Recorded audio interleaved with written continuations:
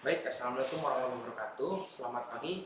Jadi saya akan mempresentasikan tentang tugas penelitian saya terkait pengendalian kualitas menggunakan metode service quality dan analytical hierarchy process atau AHP pada industri jasa rumah makan Padang asli yang ada di Klaten. Jadi, restoran menjadi salah satu industri jasa yang berkembang cukup pesat di Indonesia. Oleh karena itu, para pelaku usaha berlomba-lomba untuk meningkatkan kualitasnya untuk dapat mempertahankan usahanya tetap memiliki reputasi yang baik. Dan juga para pelaku usaha akan memberikan pelayanan yang sebaik mungkin supaya tetap menjaga kualitas. Dengan itu, maka perusahaan akan meningkatkan penerimaan dan paksa pasar, meningkatkan efektivitas penggunaan sumber daya organisasi menuju peningkatan kepuasan pelanggan. Lalu untuk tujuan penelitian ini adalah untuk mencapai tingkat kualitas pelayanan berdasarkan tingkat kepuasan pelanggan terhadap rumah makan Padang asli di Klaten, serta perlu diketahui atribut prioritas atas kualitas layanan tersebut yang kemudian akan diberikan rekomendasi perbaikannya. Lalu apa sih itu service quality? Jadi service quality merupakan sebagai tingkat perbedaan pada harapan dan kenyataan para pelanggan atas layanan jasa yang diterima melalui perbandingan persepsi pelanggan dengan layanan jasa yang diterima melalui perbandingan persepsi pelanggan dengan layanan sesungguhnya. Kualitas pelayanan mengidentifikasi 5 determinan kualitas layanan. Seperti yang pertama itu ada tangibility, reliability, responsiveness, assurance, dan juga empati. Dan dalam mengukur sebuah pandangan mengenai layanan jasa yang diberikan oleh sebuah rumah makan, maka diperlukan pandangan yang komprehensif dalam penilaian kualitasnya. Lalu masuk ke metode service quality. Jadi service quality merupakan sebuah metode untuk membantu perusahaan agar lebih memahami persepsi pelanggan dan harapan pelanggan terhadap pelayanan yang telah diberikan.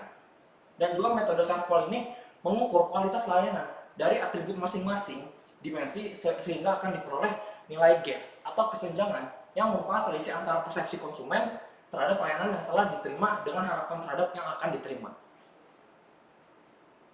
Sedangkan kalau metode analytical hierarchy process atau AHP ini merupakan salah satu metode pengambilan keputusan yang menggunakan faktor-faktor logika, intuisi, pengalaman, pengetahuan, emosi, dan rasa untuk dioptimasi dalam suatu proses yang sistematis. Dan analisis ini bertujuan untuk membuat model masalah yang tidak memiliki struktur dan dalam mencarikan masalah yang terstruktur atau kuantitatif, pendapat judgement atau tidak terstruktur pada situasi di mana data statistik minim atau tidak ada sama sekali dan hanya bersifat kualitatif yang didasari oleh persepsi, pengalaman, ataupun intuisi. Jadi untuk hierarki keputusan dari AHP ini ada, yang pertama itu ada tujuannya atau goal yang utamanya, dan terdapat beberapa kriteria, misalnya seperti kriteria 1, 2, dan 3. Nah, pada kriteria 1 ini memiliki beberapa alternatif, seperti alternatif 1, alternatif 2, dan juga alternatif ketiga. Lalu untuk pengumpulan datanya, ini teknik pengumpulan data yang digunakan adalah studi pustaka dan juga kuesioner yang diberikan oleh si peneliti kepada pelanggannya. Lalu ini ada pengolahan data pada metode service-nya, ada tangibility, ada assurance, empati, dan reliability. Dan ada keterangan-keterangan pada variabel penelitian ini. Lalu ada pengolahan data dari AHP juga, ini dengan kriteria yang diberikan kepada pelanggan-pelanggan pada rumah makan tersebut. Lalu untuk analisis Sarkol ini, berdasarkan perhitungan dengan metode Sarkol ini yang telah dibuat, maka dapat disimpulkan bahwa tingkat nilai persepsi dan nilai harapan pelanggan memiliki nilai gap minus, yang berarti bahwa pelanggan rumah makan Padang asli Klaten lebih tinggi daripada persepsi pelanggan rumah makan Padang asli Klaten pada saat melakukan transaksi jual beli pada rumah secara langsung. Sedangkan pada analisis AHP ini berdasarkan perhitungan dengan metode AHP yang telah dilakukan ini, didapatkan nilai bobot prioritas yang paling besar adalah pada kumulatif alternatif ke-1 untuk setiap bobot sebesar 0,284. Kemudian dipilih nilai bobot dari kriteria alternatif yang paling besar dalam perhitungan nilai bobot kriteria dengan alternatif pertama yang paling besar adalah 0,619, yaitu pada A1 yang merupakan karyawan rumah makan mampu menanamkan kepercayaan kepada pelanggan.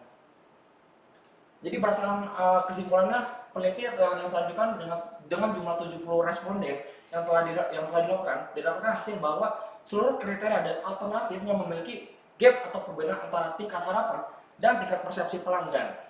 Dan nilai gap yang didapatkan oleh seluruh atribut adalah minus, yang berarti bahwa tingkat kepuasan pelanggan masih kurang atau masih cukup rendah jika dibandingkan dengan harapan pelanggan pada saat melakukan transaksi atau jual beli.